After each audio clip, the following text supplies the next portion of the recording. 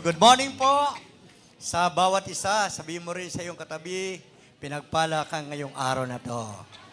At sa ating po mga viewers sa ating live service, mapagpalang umaga po sa inyong lahat, saan man kayo nariyan. Kayo na sumusubaybay sa gawain ito, your life will never be the same again, and God will prosper you. Amen? So, sandali po tayo manalangin, minamahal namin Diyos. Kami po ay narito at sama-sama po, nagpapakumbaba, nagkakaisang lumalapit sa iyong mahabaging trono. Nag-expect kami, Panginoon, ng mga dakilang bagay. Nag-expect kami ng himala sa araw na ito. Nag-expect kami, Panginoon, ng kagalingan, kalayaan, kalakasan, at lahat ng mga pagpapala na hinanda mo sa amin, na-expect namin na ito'y matatanggap namin. Ang likod mo ay maibabay ko pong may taas sa aming kalagitnaan at masabi ko lamang ang nais mong ipasabi sa buhay ng bawat isa sa amin. Lord, you must increase and I must decrease. This we pray in Jesus' mighty name. Amen and amen. Praise the Lord. So may first timer po ba tayo? Kung wala po tayo first timer, I believe next Sunday, next meeting natin, meron pong dadali ng Panginoon at ikaw yung gagamitin. Amen? Amen. Palapakan natin ang Panginoon. So last Sunday at saka last Wednesday ng ating pong midweek service ay binigyan din po tayo ng Lord ng message. Last Sunday ay yung mga characteristic ng godly mother. And then yung the last pa na part 3 ng law ay narinig po rin natin, natutuhan natin na part 3 po ay para i-reveal ang sin. Bakit merong batas, merong kautusan para i-reveal ang sin, para maging guidance natin, para po tayo ay i-lead kay Kristo at para mag-reflect yung karakter ng Panginoon. Then sumunod po doon, ay tinuro din po ng Diyos sa atin the characteristics of a godly mother. So last Sunday lang po yon. At doon po sinabi, kailangan ikaw ay hindi makasarili. Ang tawag doon ay selfless. Yun po dapat ay makitang karakter sa atin. At dapat tayo rin ay faithful. Tapat tayo sapagkat pag maliit lang ang pinagkatiwala sa iyo, pwede kang pagkatiwalaan sa malaking bagay. At dapat po ay meron tayong courage. Hindi tayo natatakot nang ikaw ay tumanggap kay Kristo, na born again ka, wala ka ng takot. Amen? Alisin mo na ang takot na sumunod sa kalooban ng Panginoon. Alisin mo na ang takot na ikaw ay usigin. At alisin mo na ang takot na ano kaya magiging future ko. Sabagat sigurado kapag na kay Lord ka, ay maganda ang magiging kinabukasan natin. Malinaw po, maliwanag. And then last Wednesday, ay naituro po natin yung significance of Jacob's wrestling with God. At natin po yung ating points, 3 points, at tinuro ng Lord last Wednesday lang, kung wala kayo dito, at yung iba'y narito, para i-acknowledge natin, yung pong ating mga limitation. So, ang Diyos po ay naglalagay ng boundary. Kahit po yung tubig, nilagyan ng boundary, yung lupa, nilagyan ng boundary. Buhay din po natin at mga ginagawa natin ay dapat may mga boundary, limitation. Sabagat tayo po ay limited person. Pero ang Diyos natin ay unlimited. At doon din po, last Wednesday, ay dahil nakipag-resting si Jacob, nakatanggap siya ng totoong transformation, pagbabagong buhay. At nung siya ay na-transform, pati po yung provision ng Lord ay na-experience niya. Ngayon, ito po yung part 2, the significance of Jacob's wrestling with God. Iba po ang ating text ngayon. Ang text natin ay Genesis 33. Genesis chapter 33, 1 to 12. Nung last po ay Genesis 32. Last Wednesday, Genesis 32, yung text po natin ngayon ay chapter 33, kaya naging part 2.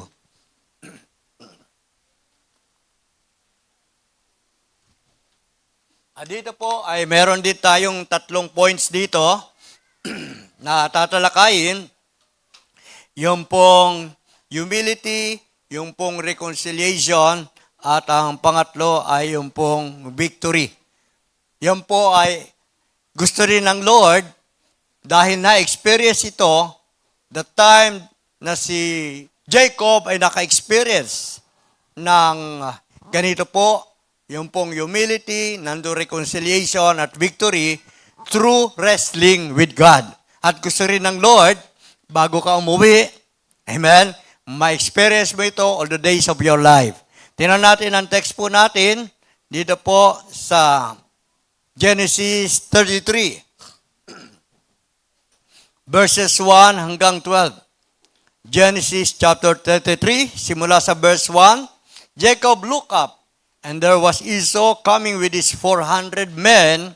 So he divided the children among Leah, Rachel, and the 2 female servants.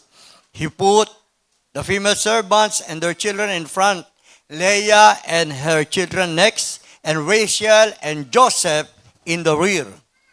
He himself went on ahead and bowed down to the ground 7 times as he approached his brother.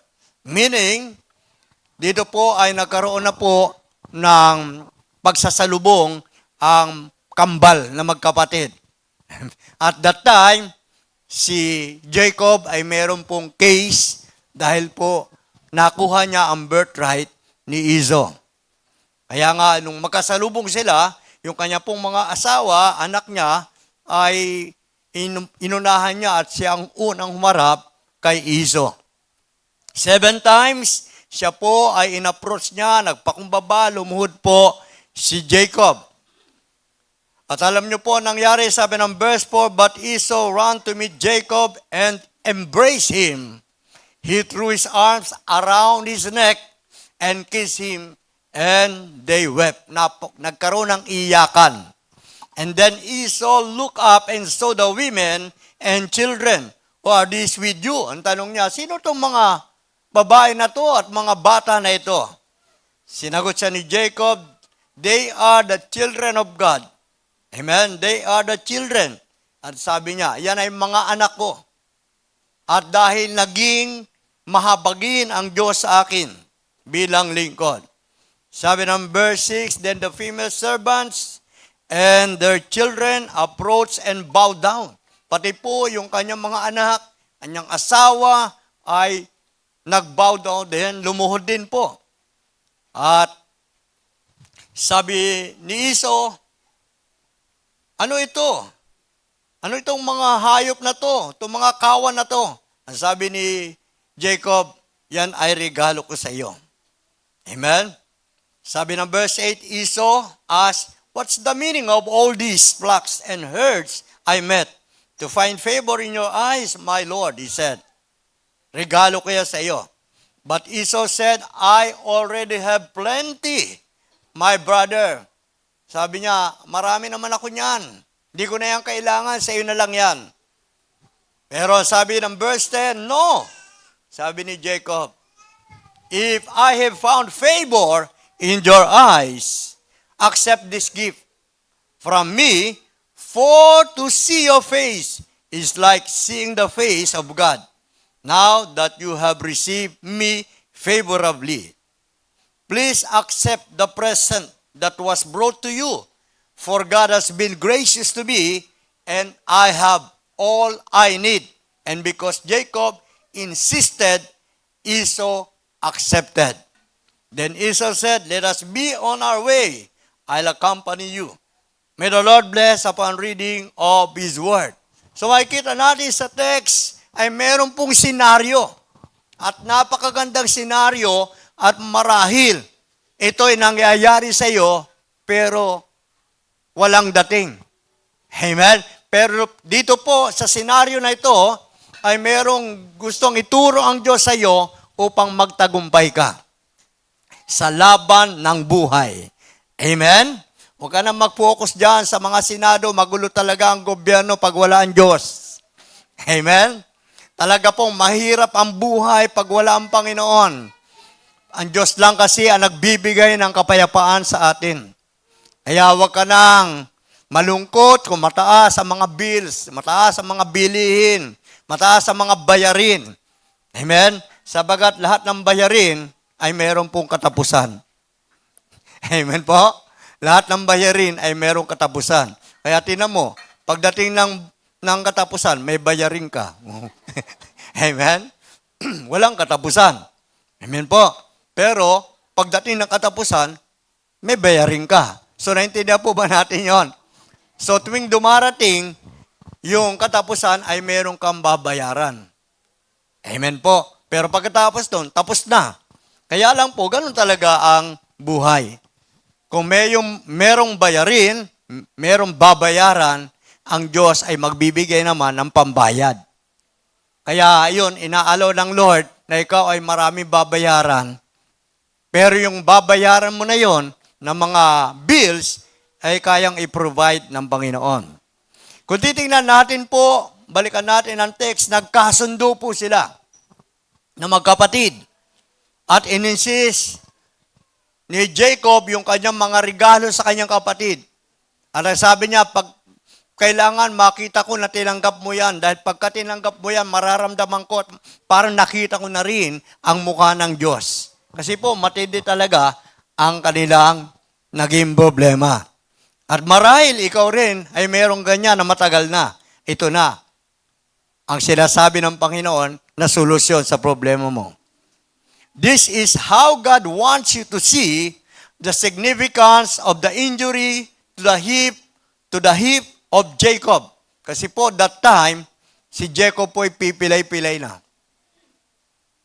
Amen? Dahil nakipag-wrestling siya. Jacob probably expected to be killed and die when he met up with Esau. Darating ang mina-expect niya yon, na maaaring dumating po yon, na siya ay patayin ng kanyang kapatid. Amen? Pag nakita sila. Therefore, he sent everyone away and went alone across the Jabbok River. So, gumawa po ng way ang Lord. Pinauna niya ang kanyang asawa, ang kanyang mga anak, at siya na lang ang mag-isang nakipag-wrestling kay Lord. Amen? There, he wrestled with God probably to save him from Esau and death. Para iligtas siya kay Esau at sa kamatayan. Jacob wanted God's blessing before his expected death. And then admitted he was Jacob the deceiver. Yung time na yon, yung kanyang pakipag-wrestling sa Lord, ay tinatanggap na. Inaamin niya na siya ay isang mandaraya. Ano po, pagkatapos niyang aminin, then God changed his name to Israel because he overcame. Pinalitan ng Diyos ang pangalang Jacob at ginawang Israel sapagkat siya ay nagtagumpay. So, meron po tatlong points na significance about Jacob's wrestling with God. Wrestling with God, number one, starts with humility.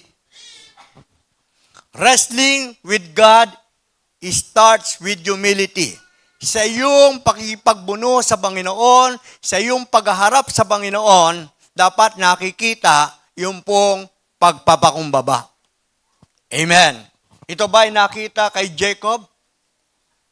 Naalaman natin, sa text pa lang ay sinabi po, 7 times si Jacob ay nag-bow down sa kanyang kapatid na nagtatangka ng kanyang buhay dahil meron siya nagawa.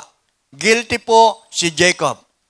Kaya sabi ng Genesis 33, doon po sa ating verse 1, Jacob lifted up his eyes and looked, and behold, Esau came with 400 men. Nang makita niya ang kanyang kapatid, 400 ang kasamang mga tao. At yung 400 na yun ay gagamitin ni Esau para siya ay patayin. Nakita niya yon. Kaya po ano ginawa niya? Pinauna niya yung kanyang asawa, mga anak, at nakipag-wrestling sa Panginoon. So wrestling with God starts with humility. Jacob had lived most of his life as a deceiver from stealing Esau's birthright. Amen? Lumalabas na ang pagiging panganay ni Esau ay napunta kay Jacob. Amen. At yun po ay nangyari dahil ipinagpalit naman ni Esau yung kanyang pagiging panganay. Ang sabi niya, aanin ko pa ang pagiging panganay ko kung gutom naman ako. Kaya sabi niya, bigyan mo ko ng pagkain mo na yan, ikaw na ang panganay. Pero lumalabas na inagaw niya. Kaya tinawag si Jacob na mandaraya. Amen? Pwede naman. May point naman. Bakit kailangan pang kunin yung birthright? Pwede naman siya magbigay sa kanyang kapatid. Amen? Kaya most of his life as a deceiver. And sabing gano'n ng Genesis 25:33. Pumayag naman si Esau. Ang sabi dito, sumumpa si Esau. Nangako siya. At ibinigay kay Jacob ang karapatan ng pagiging panganay. Jacob's story reminds us that wrestling with God starts with humility, not pride. Ang pagkipag-ugnayan natin, ang paglapit natin sa Diyos, o ang pagtitipon-tipon natin para lumapit sa Panginoon, hindi ito nagsisimula sa pride. It starts with humility. Dapat naroon po kasama ang pagpapakumbaba. Wala pong pwedeng tanggapin sa langit na mataas ang pride. Amen? Pagka ang tao mayroong pride, expect mo ang distraction. Kaya kung mayroong pagpapakumbaba, mayroon pong blessing. Amen? Jacob's story reminds us, amen? Not with pride, but with humility, yung pong wrestling with God.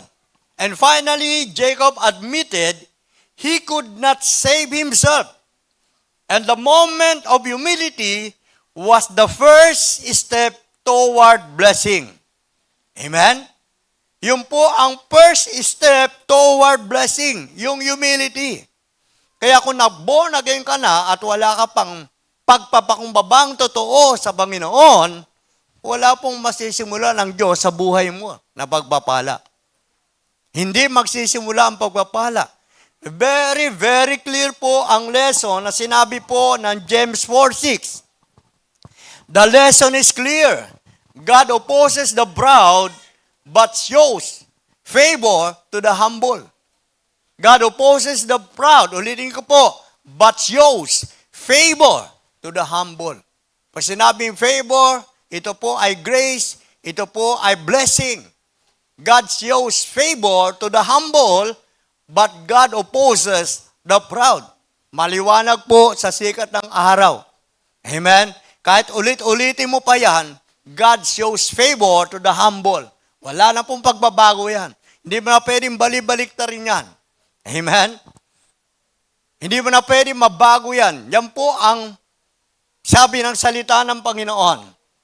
He opposes the proud. Kaya wrestling with God starts with humility.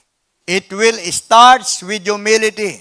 Amen? Kaya mamaya, yung nandirito ma-pride, simulan mo na magpakumbaba bago ka umuwi. Huwag mo na dalhin yung espiritu ng pride na yan, ang pagmamataas.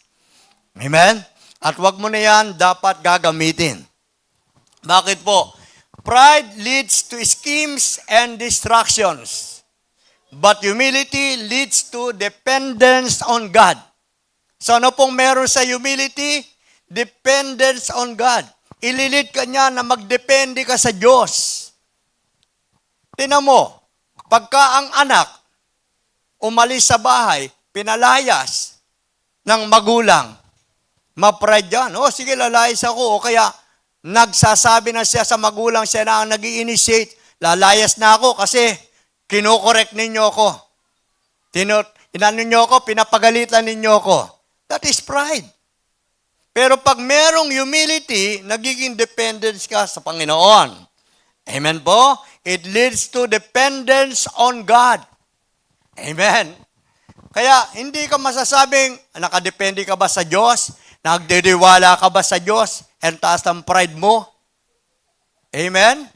Kaya hindi ka nga may angat ng Panginoon, paano inangat mo na yung sarili mo?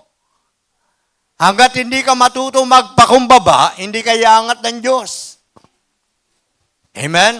Hindi po galing kanino man, hindi dahil sa mga tao nakapaligid sa iyo para ikaw ay may angat. Ang Diyos lang po ang nag-aangat. Hindi galing yan sa silangan at kanluran. Promotion comes from God. The more na nagmamataas ka, the more ka na ibabagsak. Amen? Yan po ang sabi ng Panginoon. Whoever makes himself great will be disappointed. But whoever humble themselves will be exalted. Amen po? Paano ko pa itataas ng Diyos, nagmataas ka na? Ang itinataas ng Diyos, ang pinopromote ng Diyos, ang marunong magpakumbaba. Amen? In Proverbs 16, verse 18, pride leads to destruction and arrogance to downfall. Yung mga arrogante, pag sinabi arrogante, ito yung lumalaban pa sa kanyang nagawang mali, lumalaban pa siya. Arrogance ang tawag dyan. Parang kagaya ng mga sa traffic po, kung ikaw ay nahuli, meron kang violation, at ngayon ayaw mong tanggapin yung violation mo, tinitikitan ka, alalagyan yun ng arrogance. Ikaw ay arrogance at tawag sa iyo. Amen? Kapag ka ang tao ay arrogant, siya po ay babagsak. Kapag ang tao ay merong pride, meron din pagkawasak. Pagkawasak at pagbagsak. Amen? Ang mahalaga sa Panginoon, gaano mang karami ang kasalanan mo, kahit araw-araw ka pang humingi ng tawad sa Panginoon na merong pagpapakumbaba, hindi ka tatanggihan ng Diyos. Pero ikaw, na nagtatago ng kasalanan, hindi mo inaamin ang kasalanan mo, malaking sumpa mo sa Diyos. Amen? Pero kahit araw-araw, humingi ka ng tawad sa Panginoon, hindi ka tatanggihan ng Diyos. Inaamin mo sa Lord ang mga struggle mo. Kaya po, kapag nakipag-wrestling ka sa Panginoon, totoo yun. Ibig sabihin, kapag nagkaroon ka ng humility, nakipagbuno ka na sa Panginoon. Amen? Nakipagsapalaran ka sa Panginoon. May hiniling ka sa Panginoon. Amen po? At ang hiniling mo ay bibigay sa iyo ng Panginoon. Kaya ulitin ko po, Proverbs 16 verse 18, pride leads to destruction. Sa Proverbs 16 verse 22, trying to educate stupid people is a waste of time. Yun po ay 16:22. Yung mga stupido na mga tao, na kinokorek mo sila, sabi, that is wasting time. Ulitin ko po, trying to educate stupid people is a waste of time. Trying to educate stupid people is wasted of time. Amen?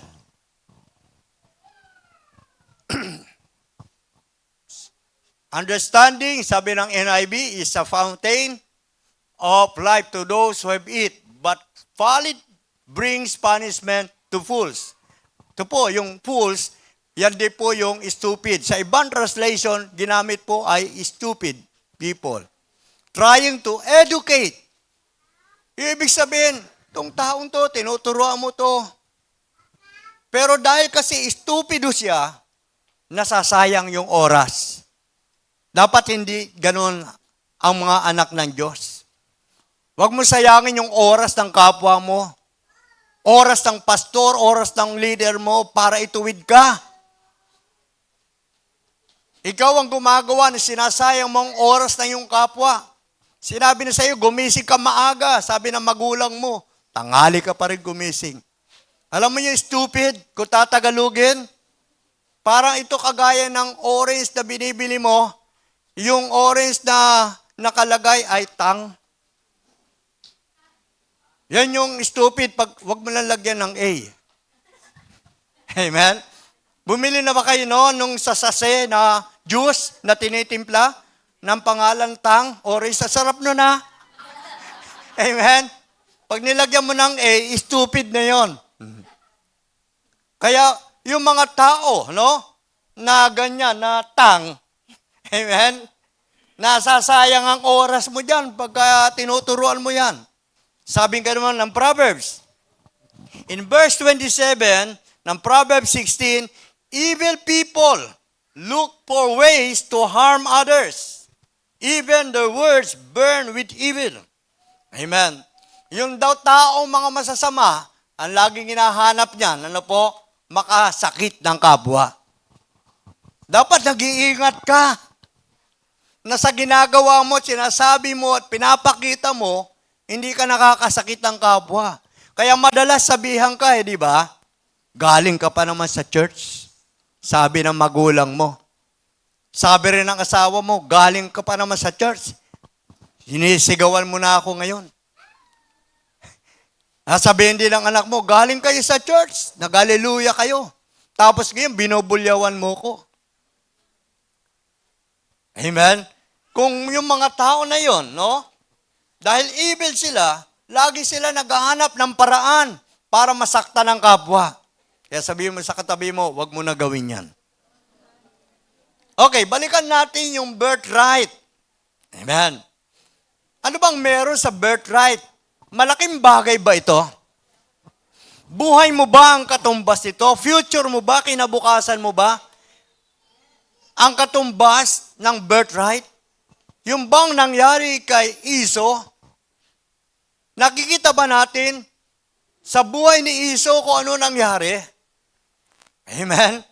Pagkatapos niyang ibenta ang kanyang birthright, ibigay sa kanyang kapatid, humahanap siya ng basbas ng kanyang magulang. Wala na, nagmamakaawa siya. Hindi na mababalik yon. Amen? Kasi pinagpalit mo na yung birthright. Pero yung relo mo, yung kotse mo, yung ORCR mo, yung bahay mo, pag sinanla mo, mababalik pa sa iyo. Pero yung birthright mo, hindi na mababalik sa iyo kahit anong gawin mong ulit. Yung pagiging born again mo, wag mo pagpapalit yan. Amen? Para lang magkaasawa ka ng gusto mong asawa. Hindi ka na magbo-born again. Amen? Para lang magkaroon ka ng trabaho, gusto mong magtrabaho, hindi ka na magbo-born again. Kapatid, hahanapin mo yan balang araw. At mahirapan ka na. At ang mananatili na lang sa iyo, sa isip mo, sayang. Amen? Kaya ngayon, narinig mo, mensaheng ito, ikaw man ay nandiyan sa live service. O ikaw man ay narito ngayon, simulan mo na. Desisyonan mo na. Amen? Na ikaw ay matutong magpakumbaba sa Diyos, makipag-wrestling ka sa Diyos. Walang mangyayari sa mga patumpik-tumpik mo na yan, paisi-isi mo na yan. Lahat po binubuno.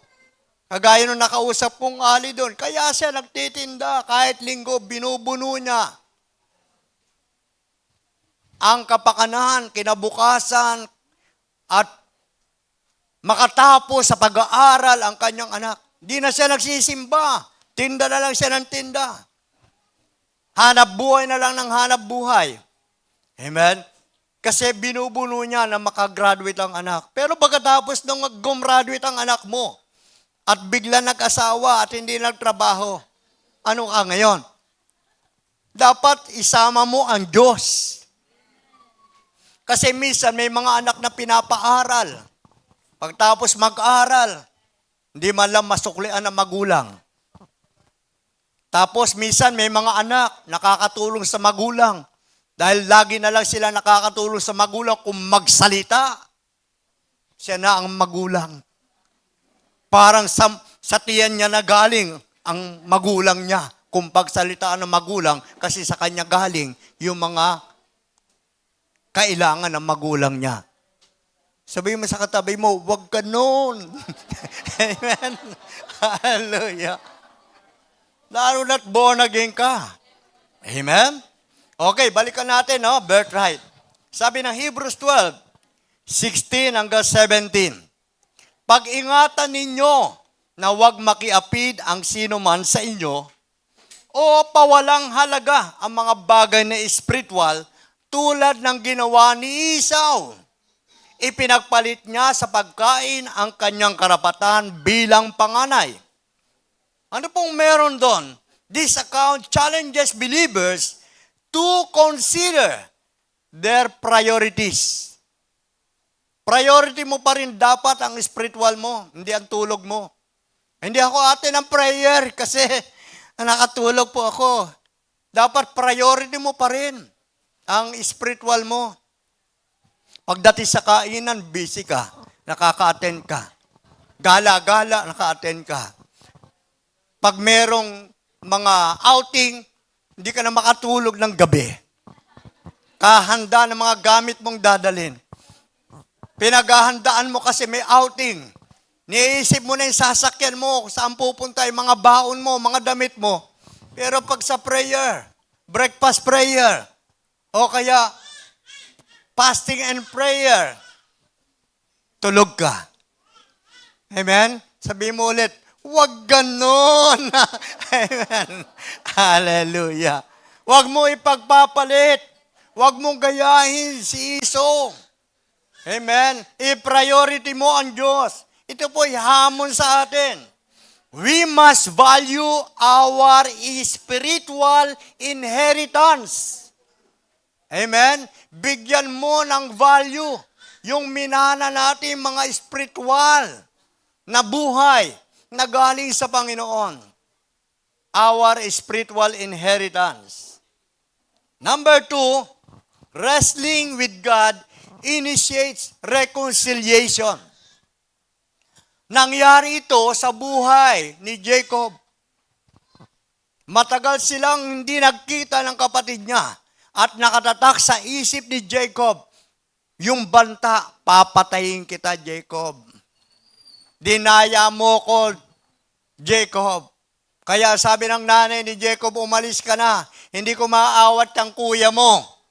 Mapapatay ka talaga ng kuya mo. Kasi ano na si kuya niya, yung bang desperado na. Wala nang basbas eh. Wala na siyang makuha sa tatay niya. Desperado na ang kanyang kuya. May mga taong desperado na. Amen? Na ikaw, dahil mayroon kang ginawa sa kanya, kailangan mo makapag-wrestling kay Lord for reconciliation. Amen? Tingnan natin ang text. Genesis 32 verse 5.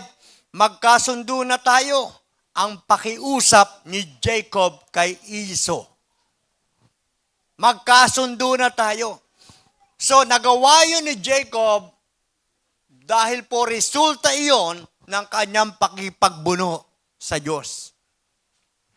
Resulta iyon ng kanyang pagiging malapit sa Panginoon at pag-amin na siya po'y walang kakayahan.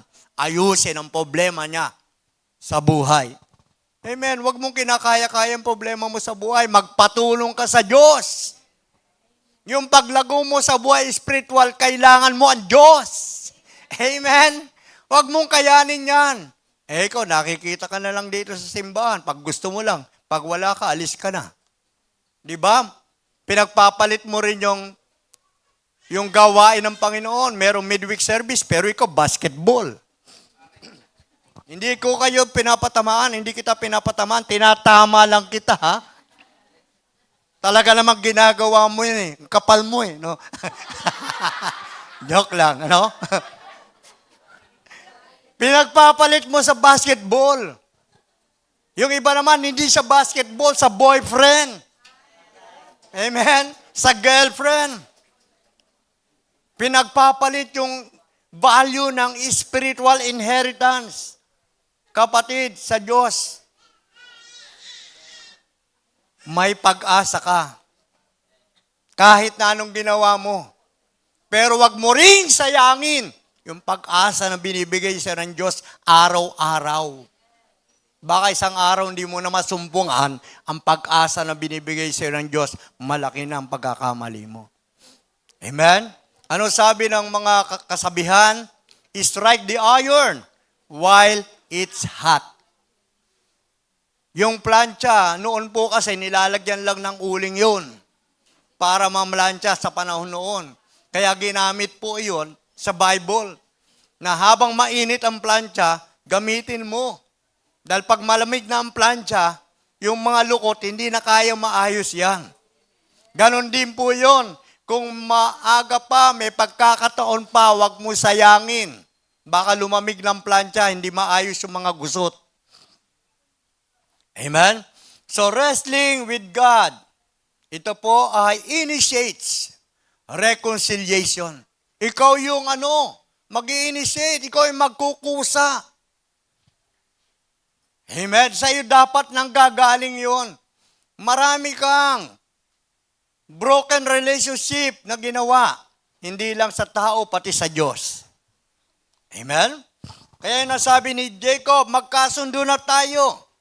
Nag-initiate siya ng reconciliation. Genesis 33 verse 10, ang mga kawan na iyan ay pasalubong ko sa iyo. Tanggapin mo na kung tunay na pinapatawad mo ako. Kung madama ko ang pagtanggap mo sa akin, para ko na rin nakita ang Diyos. Sipin niyo po, yung reconciliation kay Jacob, pag nangyari, para niya nang na face-to-face ang Diyos. Amen? Ano ba ang reconciliation? Reconciliation, meaning pagkakasundo. Or the re-establishment of relationship between parties who were previously in conflict or disagreement. Nagkaroon kayo ng conflict. Amen? Doon gagamitin ang reconciliation. At sa reconciliation, kailangan malinaw. Kailangan nasa tama yung proseso ng reconciliation. At madalas ko ito sinasabi ng ginagawang halimbawa. Amen? Kung halimbawa, ikaw, nalaman mo na ito pala, masama loob sa iyo. Kasi di mo nililibre. Si Kiko lang nililibre mo. Nalaman mo yon. Kaya nung nalaman mo, masama loob nito sa iyo, pinuntahan mo. Sabi mo, Bisel, sama palang loob mo. Alaman ko kay Kiko. Tagal mo na pala yan. Oo, matagal na. Talagang sumama ang loob ko. Sinabi mong ganon. Tapos sasabihin ni Bisel, kaya mo na yun. Wala na yun. Tapos na yun. Matagal na yun. Tama ba yun? Tama po yun, pero hindi yun ang proseso ng reconciliation na pinapakita ng Bible katulad ng ginawa ni Jacob sa kanyang kapatid. Nag-usap sila ng maayos. Amen? Nandun ang pagpakumbaba. Kaya kung hindi mo rin nahanapin sa Diyos ang karunungan para sa pakipagsundo sa iyong kapwa, hindi magiging tunay ang kasunduan ninyo. Pag nakanti na naman ang sugat na hindi pa magaling, masakit. So, yung sinabi niya, okay na yon, mangyayari na naman ulit yun, masasaktan na naman ulit yun, kasi hindi po gumaling yung sugat sa tamang proseso. Hindi mawawala po yung peklat, pero dapat gumaling ang sugat. Amen? Marahil nandirito ka ngayon, wala man dito sa loob yung tao na meron kang sama ng loob o kaya may sama ng loob sa iyo. Pero born again ka at hindi mo alam, minamasdang ka niya. Pag lumalabas ka dyan, sumisilip siya, yun na naman siya. Di mo alam, minsan, papasok ka pa lang dito sa church, sinilip ka minsan, nagtataas ka pa ng kamay, ayan, nagtaas siya ng kamay, ayan siya. Dahil hindi ka pa nakipag-ayos. Kaya binabantayan ka niya. Ganun po nangyayari.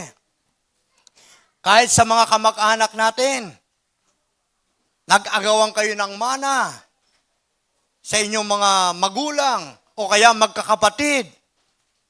Amen? Dapat masettle po. Amen po? Yung mangyayari, yung pong reconciliation na totoo sa iyong anak, sa iyong asawa, sa iyong kapwa, sa iyong kamag-anak, sa iyong kapitbahay, kung ikaw nakikipag-wrestling kay Lord. Kung ikaw nakikipag-ayos sa Panginoon. Kung ikaw nakikipagkasundo sa Diyos. Hindi ka naman rin ayon sa Diyos. Kaya yun ang reflection. Ayusin mong mabuti ang relasyon mo sa Panginoon at ang Diyos ang gagawa ng mga mabubuting bagay sa buhay mo na hindi mo kaya. May mga bagay na hindi mo kaya. Huwag mo pilitin, kapatid. Merong Diyos na tutulong sa iyo. Amen? Kaya mga anak, mga kabataan, merong Diyos na tutulong sa iyo. Minsan napapaiyak ka na lang. Sinasabi ng magulang mo, punta ka ng punta sa simbahan. Lagi ka na lang nandyan. Nasasaktan ka, di ba? At saka totoo naman, lagi ka na sa church kasi nandyan yung crush mo. Kaya na ginagamit ng Lord para lagi ka sa church, pero huwag mo kalimutan trabaho mo sa bahay. Tumulong kayo sa inyong mga magulang.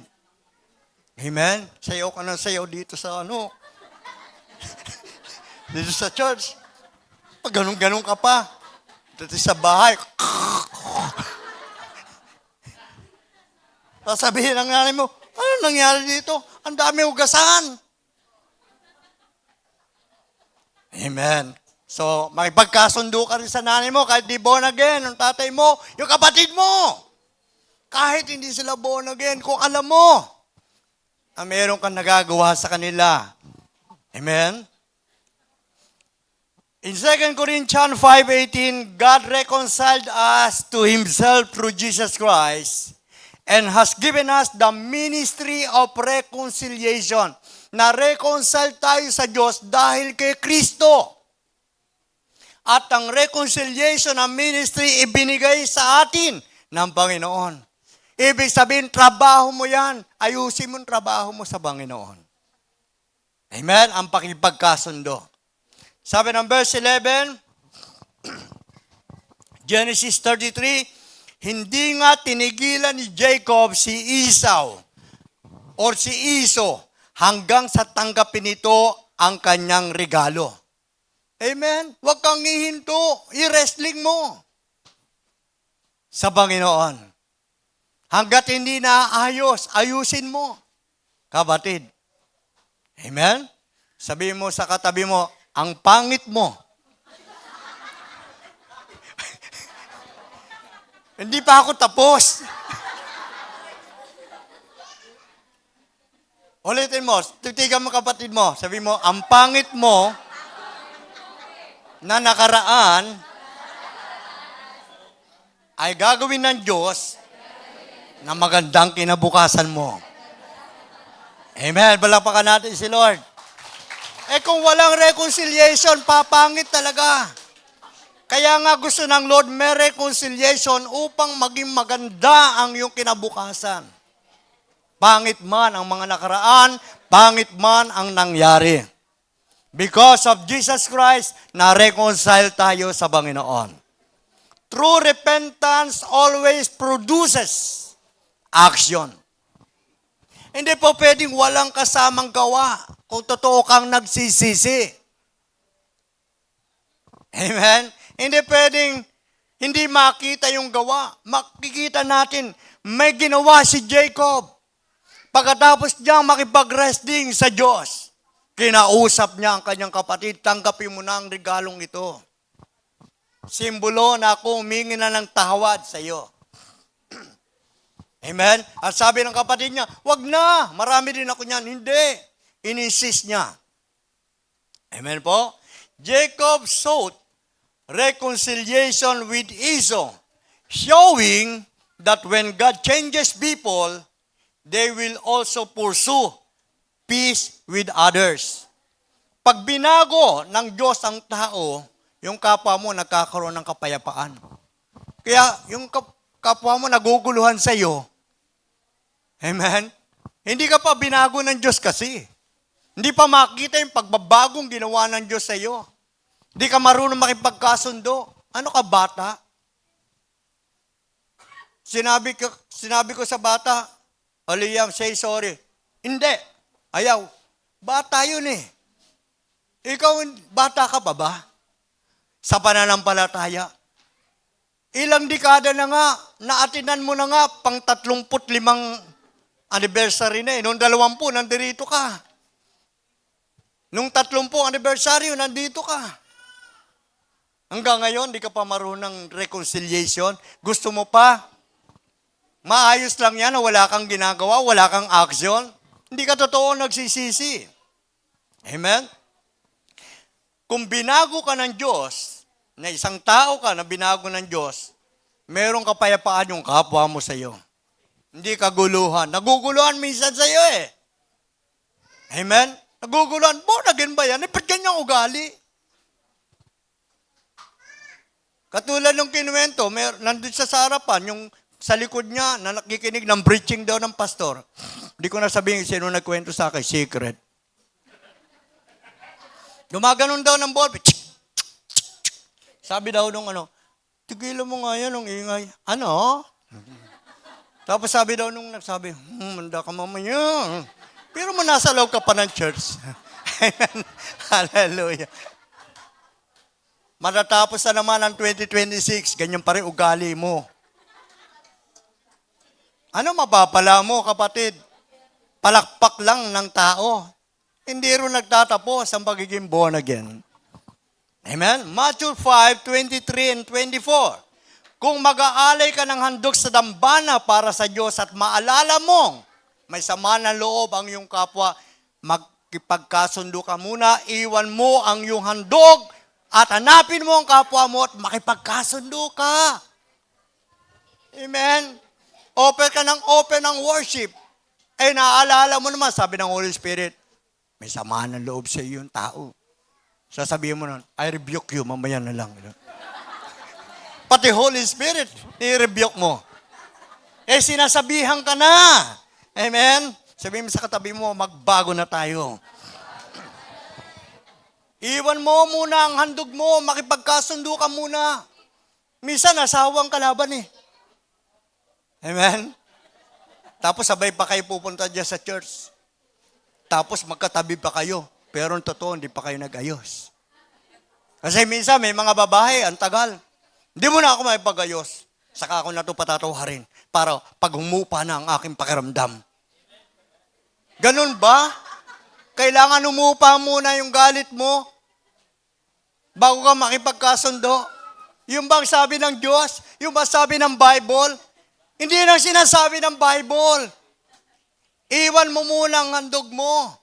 Hanapin mo yung tao, makipagkasundo ka muna. Mahirap bang sabihin, I'm sorry, patawarin mo ko. Nagawa ko yun, inaamin ko.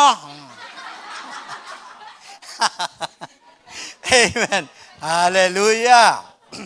Before offering worship, believers must seek peace with those they have wrong.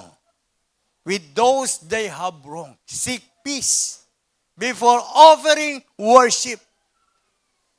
Amen? Ang mga mananampalataya, ikaw na born again, hanapin mo muna yung tao na nagawan mo ng sakit ng pakiramdam. Yung taong sumama ang loob sa iyo. O kaya ikaw man, yung may sama ng loob, hanapin mo. Amen? Hindi lang yung, wala naman akong bahala na yon. Eh, siya naman na may kasalanan. Nasaktan ako sa kanya, di bali na yun, okay na yon. Hindi, hanapin mo pa rin. Kung ayaw niya makipagkasundo, ikaw gumawa ng hakbang. Amen? Bakit kailangan siya? Kasi siya may kasalanan. Wala pong ganon. Hindi po kailangan ang temperature ng heart mo. Ang kailangan, act of will sa pagpapatawad. And repentance without reconciliation is incomplete. Hindi kompleto. Di ba may mga tao, hindi kompleto ang tulog? Ano nangyayari sa kanya?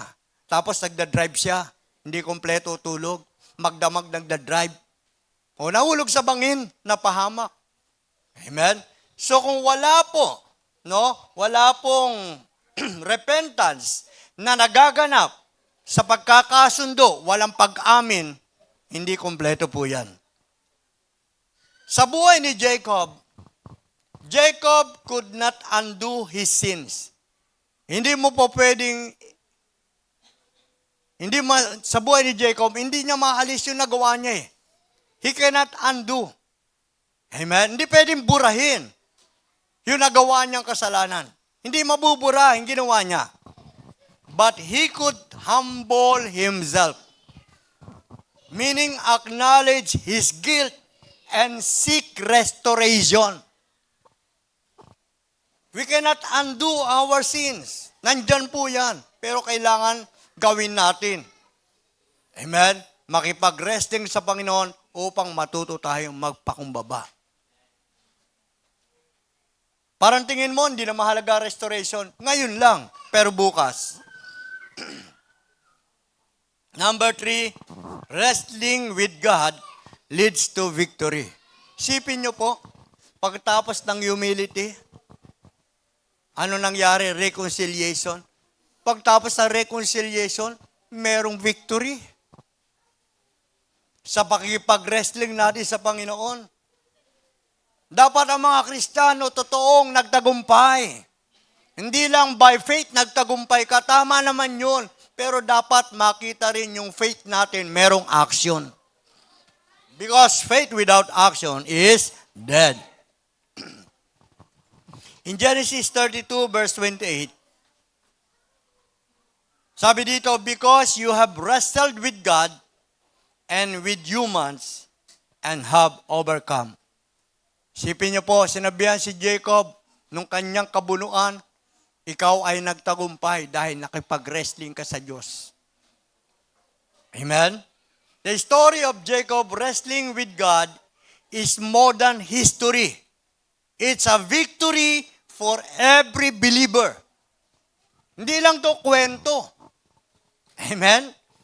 Ito ay tagumpay na gusto ng Diyos para po sa mga born again at mananampalataya. In Genesis 25, verse 23, explicitly the scripture tells us that Jacob and his older twin brother Esau wrestled together in the womb. Ito pala, simula pa lang na nasa tiyan ng kambal, naglalaban na. Amen? Sabi ng verse ng Genesis 25:23. Ang sabi dito, magiging higit na malakas ang mas bata kaysa sa nauna. Kaya't maglilingkod ang mas matanda sa bata niyang kapatid. So according to the text, ano po nangyari? Jacob wrestled all his life, meaning wrestling began early for Jacob. Amen? Bago pa siya ay panganak, sa tiyan pa lang sila, may wrestlingan na sila ng kakambal niya. Kaya nung siya pinanganak na, malalaki na sila, nag-wrestling pa rin sila. Amen? At sabi nga doon, because you have wrestled with God and with man, you overcome. Nagtagumpay siya. Sabi ng verse 26 ng Genesis 25, nang lumabas si Jacob, nakahawak siya sa sakong ng kanyang kakambal. Amen. Andun yung kakambal niya, nakahawak siya, lumalabas na yung kambal niya. Siya nakahawak pa sa sakong, nakita po, sabi ng Bible. On the other hand, wrestling is something we need in order to succeed. Amen? In order to succeed. Meron tayong pakipagbuno. Binubuno mo ng ilang taon para makatapos ka ng pag-aaral. Diba pagbubuno yun? Binubuno mo na 4 na taon para matapos ka sa Bible School ng BTH, Bachelors of Theology. Binubuo mo ng almost 6 years para gumraduate ka sa elementary. Binuno mo ulit ng 4 na taon para sa high school mo. Binuno mo ulit ng 4 na taon para sa iyong college, sa iyong karera. Pagtapos mo magkarera, bumubuno ka ng 8 oras araw-araw para may paycheck ka. Mabuo mo ang 40 hours para meron kang paycheck. At para naman meron ka pang grocery, pantulong, pang first fruit, pang tithes, pang offering, pang bless the man of God. Kung di mo bubunuin yan, wala pong succeed. So lahat po ay galing sa pakipag-wrestling. Una sa Diyos. Naging masalimot ba ang buhay ni Jacob? Nawasak ba ang buhay niya? Winawasak ang buhay niya pero hindi mawasak-wasak. Amen? Dahil nakipag-wrestling siya sa Panginoon. In 1 Timothy 6 verse 12, Paul exhorts believer. Ina-encourage ni Pablo ang mga mananampalataya. Ano po ang sabi ni Pablo? Fight the good fight of faith. Amen? Makipaglabang ka ng mabuting pakipaglaban ng pananampalataya para sa iyong victory, para sa iyong tagumpay, para sa iyong pag-angat, para sa iyong promotion. Amen? Hindi ka pa pwede mapasok sa ministry na nandiyan ka lang. Galong ka lang. Ayan sila. Tapos pag ayaw mo, paano ka magagamit ng Diyos? You are not fighting the good fight of faith. Mahalaga sa iyo ang mundo. Mahalaga sa iyo ang sanlibutan. Hindi mahalaga sa iyo ang spiritual. Nakikita ka ba sa prayer meeting? Regular ka ba sa pag-attend sa gawain ng Panginoon? Natatapos mo ba ang oras? Di pa nga tapos ang preaching, di pa nag-uumpisa preaching ang pastor. Tapos pa lang ang praise and worship, lumabas ka na. Hindi pa nagko-closing prayer, lumabas ka na. Amen? Yung pag-upo dyan, you are wrestling with God. Yung pagtsatsaga mo, you are wrestling with God. And being a pastor, preaching the gospel is wrestling with God. Amen? Making an outline, devotional is wrestling with God. Worshiping the Lord is wrestling with God. Kaya without wrestling with God, no succeed. Amen? No success. No victory. Tapos nagharap ka ng victory. Wala ka naman laban. Kailan sinabi si Manny Pacquiao nanalo sa boxing na walang laban? Amen? At pwede ba yung hindi ka papasok, susweldo ka? Amen? Buti nga, hindi tinanggap ni Bato. 6 na buwan. Amen? Leads to victory. Wrestling with God leads to victory. Wala na po. Amen? Ang pinangako ng Panginoon ay tagumpay. So yung fight the good fight of faith, it explains that fighting the good fight of faith is wrestling with God or relying on God's strength. Nagdidepende ka sa Panginoon. You are trusting the Lord with all your heart. That is wrestling with God. It says that victory comes not by human effort alone. Kailangan mo ang Diyos. Kaya nga binigay ang Holy Spirit para maging helper, para maging comforter, para maging guide. In John 16:13, the Holy Spirit will guide us into all truth. Kaya nga hindi sa sarili nating effort, not our own alone effort, ang victory. Amen po? Kailangan natin ang partner ng Holy Spirit. Wrestling for the faith will take perseverance. Ano ba nangyari yung panahon na si Jacob ay nakipag-wrestling kay Lord?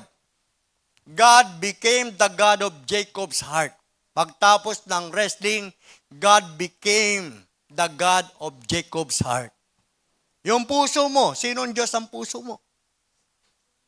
Kaya hindi magiging Diyos ang puso mo, ang Diyos, pag wala kang wrestling with God. Many people know about God, but never have a true life-changing encounter with Him. Ulitin ko po, many people know about God. Lahat, marami. Kilala nila ang Diyos, pero wala silang totoong life-changing encounter sa Diyos. Dapat sa pakikipag-encounter natin sa Diyos, may pagbabago nararating tayo. May pagbabago nangyayari. Yun po yung tagumpay. Uuwi ka na naman. Pag uwi mo, tamad ka na naman. Uuwi ka na naman. Yun na naman ang gagawin mo. Yung narinig mo dito, na mga ginagawa mong mali pag uwi mo, yun na naman. Maliban na lang yung pag-uwi mo, Lord, tulungan mo ako dito. Eto na naman ako. Pero wala ka man lang sinasabi sa Diyos. Ang sinasabi mo, Lord, you know it. Hindi mo na kailangan sabihin kay Lord, Lord, you know it. Kasi ang Diyos, omniscient God. Alam na alam ng Diyos yan. Amen? Hindi mo na sabihin, Lord, naintindihan mo ito, maintindihin ng Diyos. Kailangan mo ng true life-changing encounter. Amen? Nang makasalubong ni Jacob ang kanyang kapatid, nagbago ang kanyang buhay. Nung magkaroon ng wrestling si Jacob sa Diyos, nabago ang kanyang pangalan, naging Israel. Amen? So, 3 po na points ang pinakita ng Panginoon na mangyayari kapag nakipag-wrestling tayo sa Panginoon.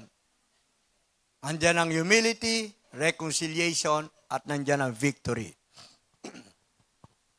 Sa ating pong pagwawakas, wrestling with God means we must wrestle with ourselves. Ano bang meron kay Jacob before wrestling? Bago pa niya naka-wrestling ang Lord, siya po ay guilty sa kanyang ginawa kay Iso. At ano po ang gusto ni Iso? Ano gusto ni Jacob gawin kay Iso? Jacob wanted forgiveness for his wrongdoings. Gusto niya mapatawad siya sa kanyang mali na gawa. Dapat ganun din po tayo na mga anak ng Diyos. Walang control si Jacob sa kanyang kapatid. Kung anong puso meron ng kapatid niya. But there was one who did. Merong gumawa, nag-control ng puso ng kanyang kapatid. At alam niyo po ba, hindi nag-quit si Jacob. Jacob never gave up. Yung wrestling match, nag-iwan sa kanya ng sakit. Nalinsad ang kanyang buto. Meron siyang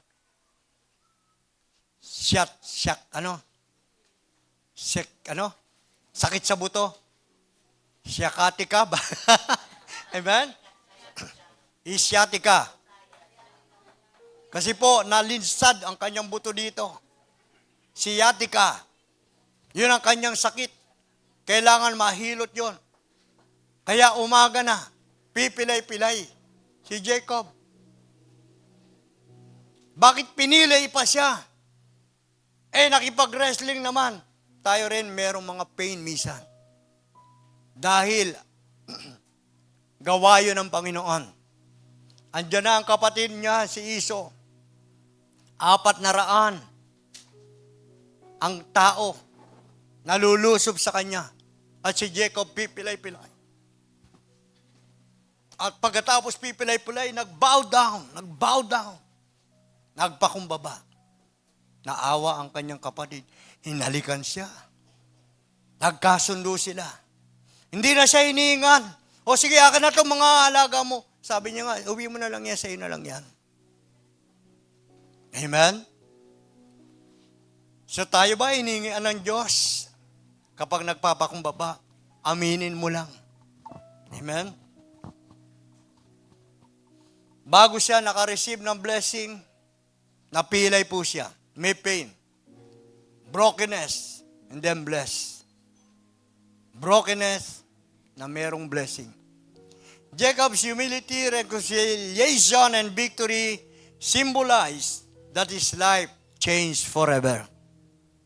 Amen. Yung kanya pong pagpapakumbaba, yung pakipagkasundo, at yung tagumpay na yon, yun po ay sumisimbolo na binago ng Diyos ang buhay niya forever. Kaya sa inyo mga kapatid, na narito, matagal na siguro, hindi mo magawa paano kayo magkakasundo. At madalas, dumadalo ka dito. Naalala mo na merong kang tao na nasaktan mo, may sama ng loob sa iyo, ini-ignore mo. Ito na po ang paalala sa inyo ng Panginoon. Ayaw ng Diyos na nag-o-offer tayo, naghahandog tayo sa Panginoon, na hindi tayo muna nakipag-ayos.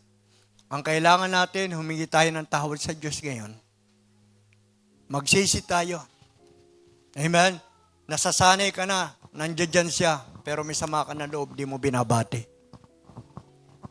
At para sabihin mo, para wala na lang away. Ayaw mo na pag-usapan yung mga bagay na yon. Kasi nasasaktan ka. Pero ang totoo, gusto ng Diyos ayusin mo. Amen? Dahil hindi rin magiging maganda ang relasyon natin sa Panginoon. Gumawa ang Diyos ng paraan para ma-reconcile tayo sa Diyos through Jesus Christ. At meron tayong ministry of reconciliation. 2 Corinthians 5:18. Tumayo po tayong lahat. Ang Diyos natin ay banal. Our God is a holy God. Those who called us, our God who called us is holy. At ang taong tumatawag sa pangalan ng Panginoon ay dapat maging banal. Tinawag tayo ng Diyos para sumamba, maglingkod, magdala ng mga kaluluwa, magiging pagpapala, pinagpala para maging pagpapala. Yung ikaw ay nag-extend ka ng forgiveness, gumagawa ka ng reconciliation, ang tawag sa iyo ay peacemaker at tatawagin kang anak ng Diyos.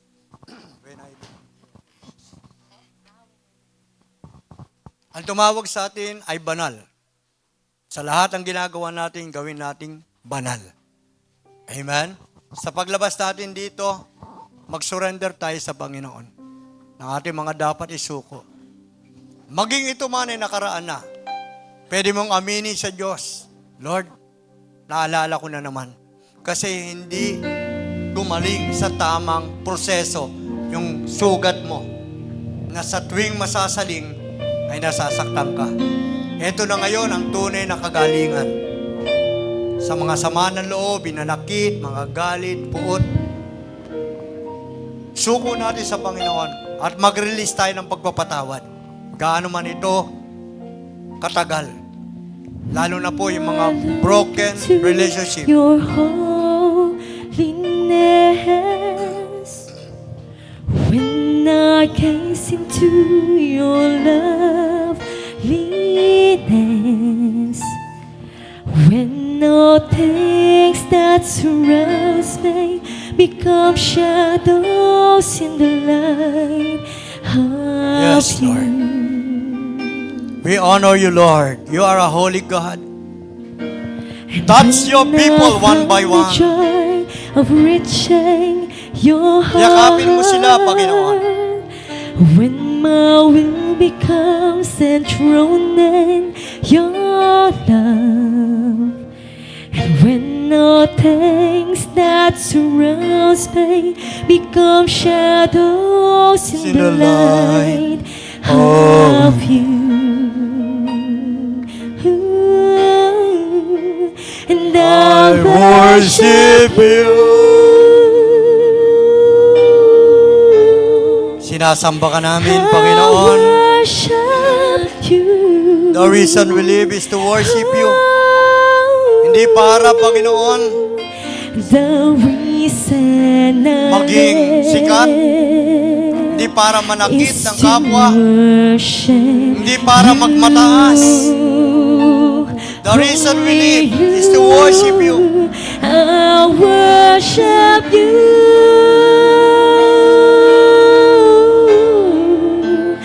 I worship you,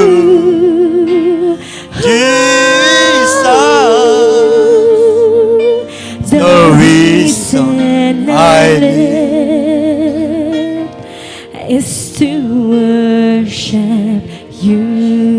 One more time, when I look into your holiness, lahat po tayo, ito asang ating kamay at sambahin ang ating Diyos.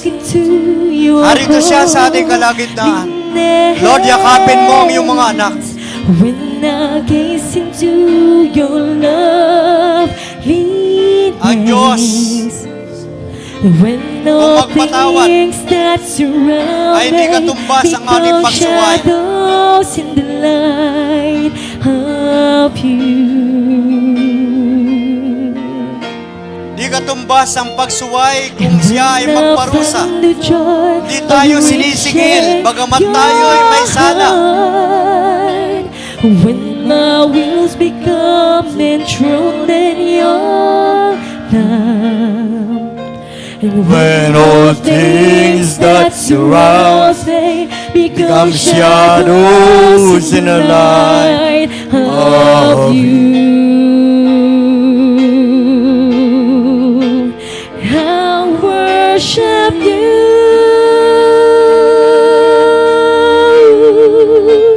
I worship you.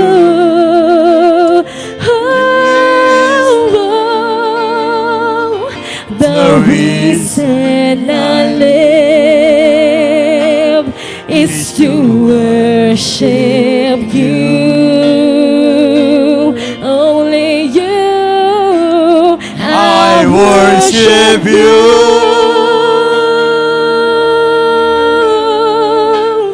I worship you, Jesus.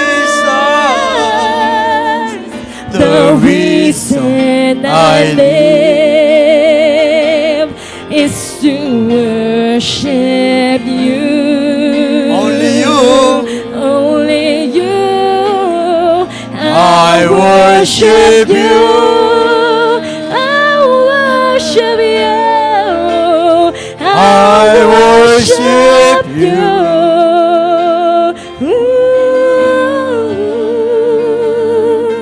The reason I live is to Everybody, let's worship without instrument. I worship you.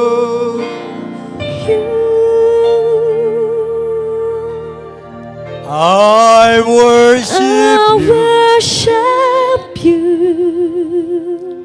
Jesus. The reason I live is to worship. Bago po tayo manalangin, mga kapatid, ito po ang sinasabi ng Psalms 103. Mula sa verse 10 to 13. Di katumbas ng pagsuway kung siya'y magparusa. Hindi tayo sinisingil, bagamat tayo'y may sala. Ang agwat ng langit at lupa, sukatin man ay hindi kaya. Gayon ang pag-ibig ng Diyos sa mga may takot sa Kanya.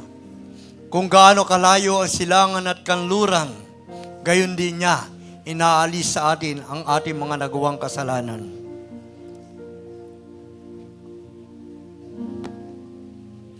Mga kapatid, tayo'y magpakumbaba sa Panginoon. Sinabi ng Diyos na hindi po katumbas ng parusa ang ating nagawang pagsuway. Hindi tayo sinisingil sa ating mga nagawang kasalanan. Kung gaano ang agwat ng langit at lupa na di kayang sukatin, gayon din ang pag-ibig ng Diyos sa iyo, kapatid. Kung gaano kalayo ang silangan at ang kanluran, gayon din inaalis ng Diyos ang ating mga nagawang kasalanan sa Kanya. Magpakumbaba tayo sa Panginoon. Mahalaga sa Panginoon ang makita ang puso mo ngayon na merong humility. At ang desire mo ay magkaroon ng reconciliation, ng ministry of reconciliation. Saka pa lamang ibibigay sa iyo ng Panginoon ang totoong tagumpay. Kung ikaw ay totoong nakipag-wrestling sa Kanya, merong totoong pagbabago sa buhay natin. Gawin nating Diyos sa puso natin ang Diyos. Maghari siya sa puso natin. Taas natin ating mga kamay. At sumunod po tayo sa panalangin. At sabihin natin, minamahal namin Diyos. Sa pangalan po ni Jesus, lumalapit ako sa iyong trono. Kahabagan mo ko ngayon. Sa aking mga nagawang kasalanan, mga nagawa kong mali. At pinapatawad ko na ang aking sarili, ang kapwa ko na nakasugat ng aking damdamin ay pinapatawad ko rin. Tulungan niyo po ako maging tapat bawat araw. Salamat sa iyong pag-ibig na di kayang sukatin. Salamat po sa paglilinis mo sa aking mga kasalanan. Salamat sa dugo ni Kristo na naglinis ng aking kasalanan. At mula ngayon, inaangking ko na ako'y pinagtagumpay mo. Ako na lang po mananalangin, Panginoon, na dakila, makapangyarihan, na gumagawa ng himala. Inilalapit ko sa iyo ang bawat isa ngayong umaga. Nakipag-wrestling kami sa iyo, Panginoon. Without wrestling with God, there is no success. Naniniwala po kami, Panginoon. Kaya kami ngayon nakikipagbuno sa iyo. Ang aming sarili nilalapit sa iyo. Kahabagan mo ang bawat isa. Palakasin mo ang bawat isa. Maghimala po kayo, magkaroon ng solusyon. Ang mga problema, Panginoon, na matagal na namin, inilalapit sa iyo. Maghimala po kayo. Ang mga sakit karamdaman, Panginoon, ay gumaling. At ganyan din, Panginoon, ang mga pangailangan na hindi po kami kapusin. Mahabag din po kayo na Diyos, yan po ay aming paniniwala. Kung paano ang kagandahang loob, pinagkaloob mo kay Jacob, gawin mo rin ito sa bawat isa sa amin na narito. Maging gracious ka, Panginoon, sa bawat isa. Salamat, Lord, sa iyong pag-ibig. Salamat sa iyong anak na si Kristo na namagitan para sa amin. At salamat sa banal na Espiritu na laging ka-fellowship namin. Sa iyo po lahat ang papuri, parangal, sa pangalan ng Panginoong Yesus. Amen and amen. God bless you. Thank you, Lord. Thank you, Lord.